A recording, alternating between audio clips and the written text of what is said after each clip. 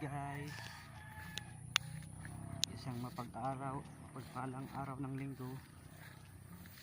Pupunta ngayon guys itong dati na yung daanan. Ito siya guys, oh, yung pathway nilamo na ng damo. Kapag noon nung wala pang kalsada, pupunta ka ng bayan o kaya ng parlan, dito ka dumadaan. Ito guys, oh, tinubuan na siya ng damo. Nakatakot na itong dumaan guys, baka may ahas. Ito yung tulay namin, pangalawang tulay noon papuntang sa may kalsada. Marupok na. Lang to guys, parang pilapi lang. Yan. Ito, oh, yan. Makapal na yung damo.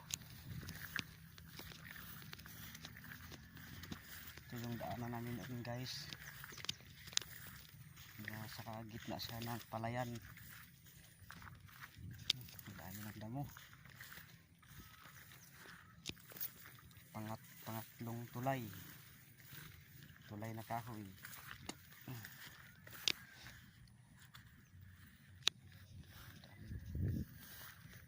Madamo na siya, madamo. Kapal na yung damo guys. Dati guys, ito yung dinadaanan nung wala pang kalsada dito sa aming lugar. Ngayon, oh, puro na sa damo. Tinabunan na yung pathway.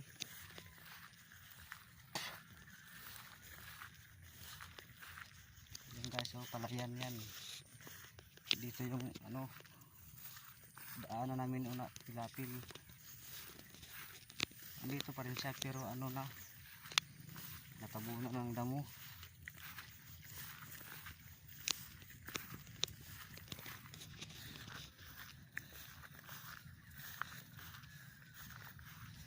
Yan, kangkong, namumulaklak na yung kangkong.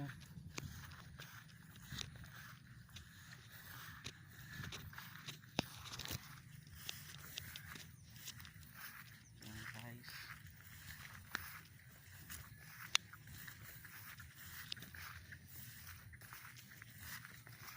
tangkong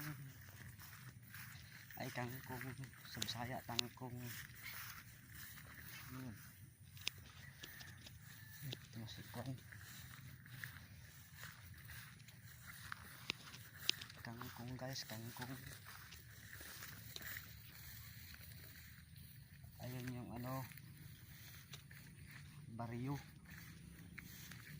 barangay Kapalayan. Masarap na itong dito, ah.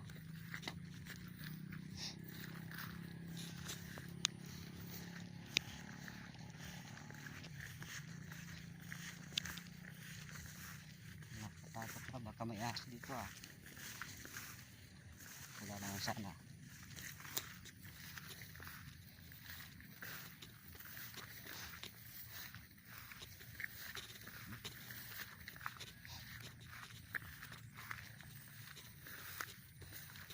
Tagal lang yung hindi ako nakapunta dito, nakadaan dito guys.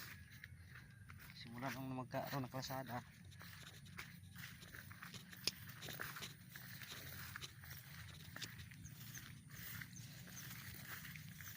Ginagabi ka raw sa aking tagpuan.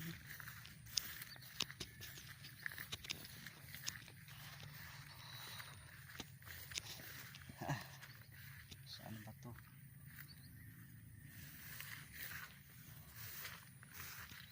Wala na yun dito, nakabuo na talaga yung pathway na simento. Ito na lang dito.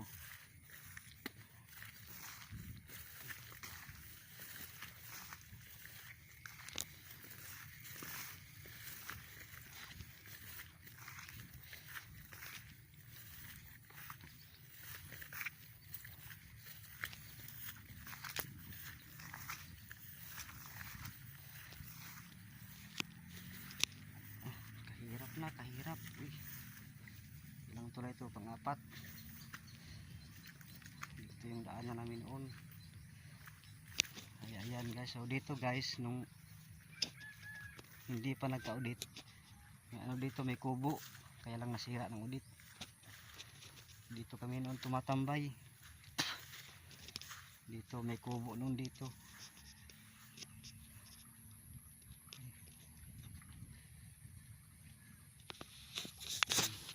Hi guys, walang araw, kaso lang walang araw guys. Oh, makulimlim, parang may namumuong ano doon, no? Masamang spirito. Ayan, malaki na talaga pinagbago. Ano, wala pa ito noon. Ano ito, dati dito may kubo, dito kami tumatambay. Kaya lang ano na siya, parang iba na yung natural. Yan guys, marami ng may niyog, may tumubo na na kahoy, kaibang kahoy.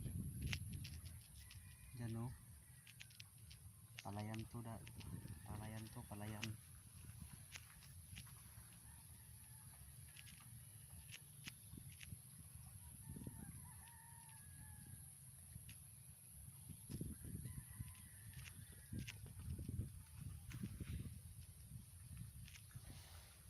Di ko malimutan lugar ng kapalayan. Dito,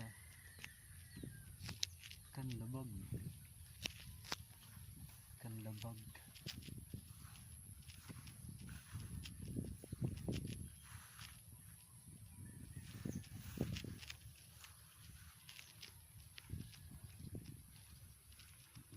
Doon kami noon, kapag pupunta ka ng bayan, doon ka maghahantay ng sasakyan.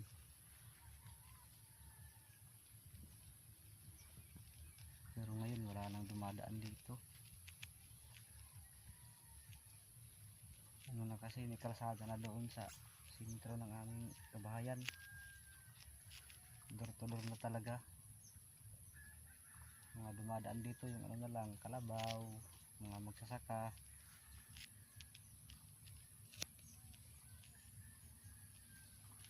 Medyo umasinso ng konti. Yan, oh, hindi pa nang tumuloy doon, baka may ahas. Balik na tayo guys. Salamat guys. Magandang araw.